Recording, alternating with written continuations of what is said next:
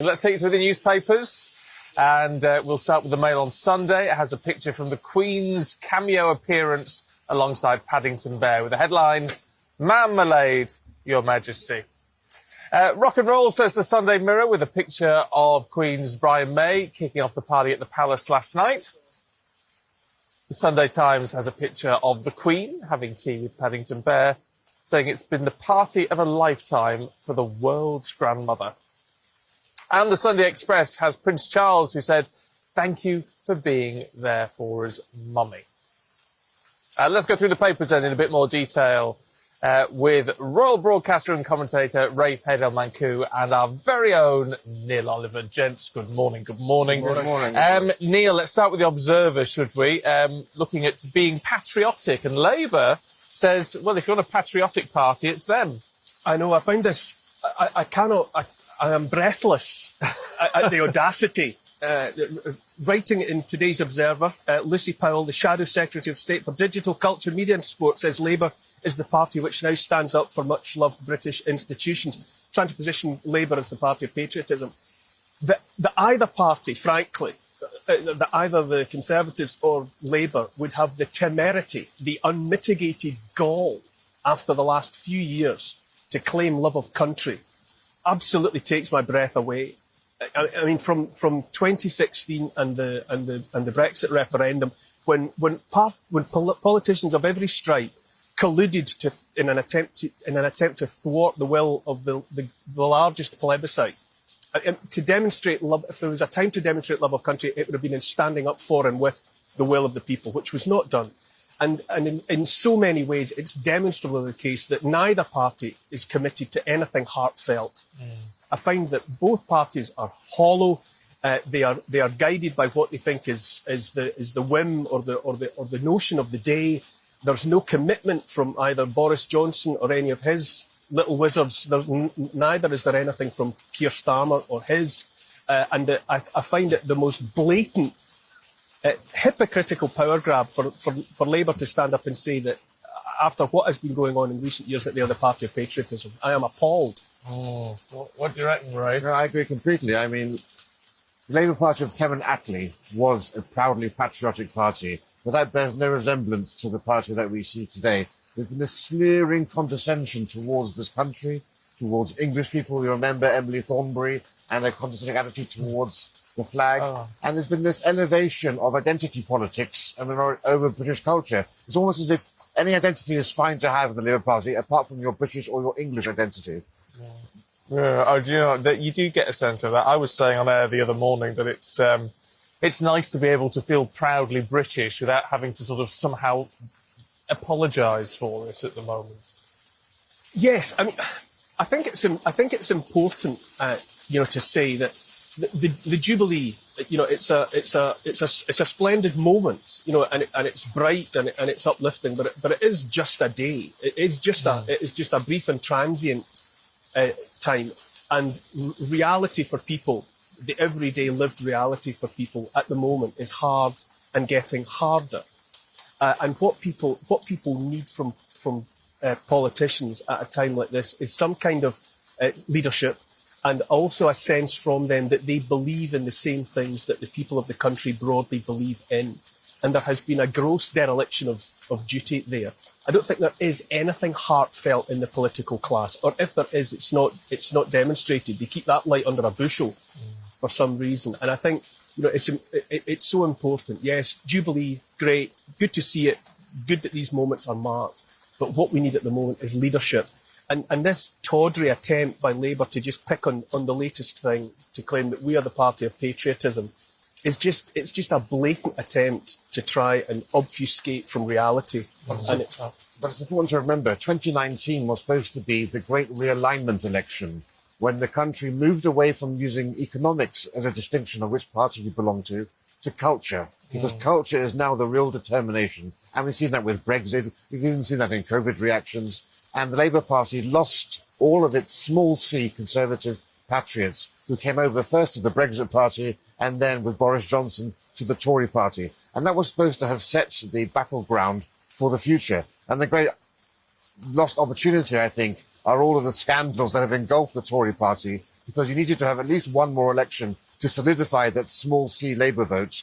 And the disgust that you're seeing in the country towards the Tory party makes it almost inevitable that there's going to be a huge loss of seats. So I think Labour sees that, and Labour's trying to get back those small C Conservative voters who they lost. In terms of what you say about people's view about the Tory party, Nadeem Zahawi, who actually some are saying could be a potential leader, in the Mail on Sunday, talking about free speech, because of course there is the Tory scum yelling which goes on at times. He's saying, well, yell it all you like, it's free speech. Yes, well, he quotes here Ronald Reagan, who said, "Freedom is always one generation away from extinction and must be fought for and protected."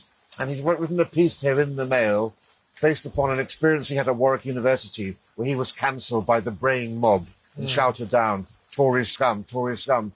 And there's a great challenge facing the country, because if all those who had voted in the last general election had been limited to people under 25, Jeremy Corbyn would have had over a 100-seat majority in Parliament. There wouldn't have been a single Tory MP elected had the youth of Britain voted in that election. And this is something that the Tory party hasn't come to terms with. There's a great challenge going on, and universities are the hotbed of all of this. There's a complete radical agenda in these universities. Suppression of free speech is not a rare thing at all. It's gone in my lifetime from having 2 liberal professors for every 1 conservative professor to having 8 or 9 liberal professors for every 1 conservative professor. And in that environment, students don't feel that they can speak up. When they see this happening to a Minister of the Crown, there's a suppression of free speech on all levels. So whilst the government's been very disappointing on so many levels in terms of its culture war and attack on the woke issues, on the one issue of free speech, they have been very good, actually, in talking the talk. But I'd like to see them actually walk the walk and demonstrate it. But what about, I mean, the reality then is to contemplate the online safety bill, which, again, I struggle to put into words how irate I feel about that. It's trumpeted as something that is somehow going to secure freedom of speech online, and it's absolutely the antithesis of freedom of speech online. It's going to leave the big operators, those in control of the big social media platforms, with little option but to take the safe route, which is basically to censor anything that moves in advance.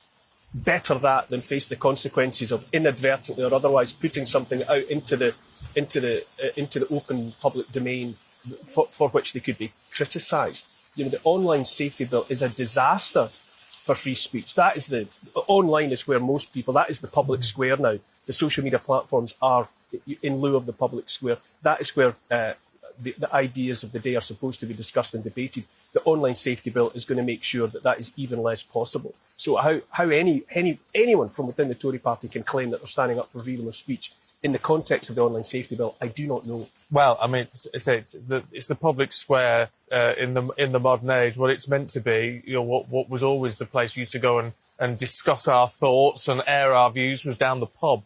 Neil, the Mail on Sunday, looking at the fact that there could be up to 10,000 pubs may close, as well as that place at fish and chip shops and all the rest of it. Yeah, I mean, I've got it here actually. Yeah, I mean, it's the thing is that the lived reality for people, the Jubilee notwithstanding, the reality is that tens of thousands of businesses in the hospitality sector face closure. The fish and chip shops I'm reading elsewhere in the Mail, likewise, facing closure. The devastation that has been wrought upon the economy by the disastrous, the policy disaster that was lockdown and everything that went alongside it. That is what is the reality for people living in the country today. And my heart bleeds for people who spent lifetimes building up small businesses, building up restaurants, cafes, looking after pubs and all the rest of it, fish and chip shop owners, all of it. All of that is so imperiled at the moment, and that's where the focus has to be. The Jubilee's been great, but someone has got to take responsibility for the other 364 days of the year. Yeah, I mean, but when it comes to these small businesses and the pubs and the chip shops and all the rest of it, it's very difficult to know now how we actually go about trying to revive it, because that's surely got to be a lot of it just down to people power, just down to us saying, right, we'll go down the chippy tonight, or whatever. Well, no, absolutely. But there's actually a war of attrition going on against these organisations because, unfortunately, in the case of the fish and chip shops, for example, 45% of the white fish in the world is controlled by Russia. And there are import tariffs coming in on cod that's being imported to the UK. 40% of fish and chip shops here depend upon that source. Now, as far as we can see, things are going towards a stalemate in the Ukraine. There's no end in sight. We could be in even for a decade of conflict there. At what point does the West, I should say, have to reevaluate sanctions? Should they or should they not? That's another debate. But the issue is, how can our businesses survive in such circumstances when there's no end in sight to these punitive restrictions? I feel increasingly that what is needed is for the government to get out of everyone's way. You know, that thing about, the most terrifying, string of words in the language, I'm from the government and I'm here to help. That's absolutely the case. And it's demonstrably been the case for the last couple of years that the government, aided and abetted by the opposition, have completely undermined and destroyed so much of the economy. And what needs to happen, for goodness sake, is please, government and the rest of them, get out of the way of people who know how to run businesses, entrepreneurial types who just need the horizon cleared in front of them, and they will rebuild these things. The government would just get out of their faces for a while. Well, look, let us know what you think. GBViews at gbnews.uk. Rafe, Neil, thank you both. We'll catch up with you a little bit later on.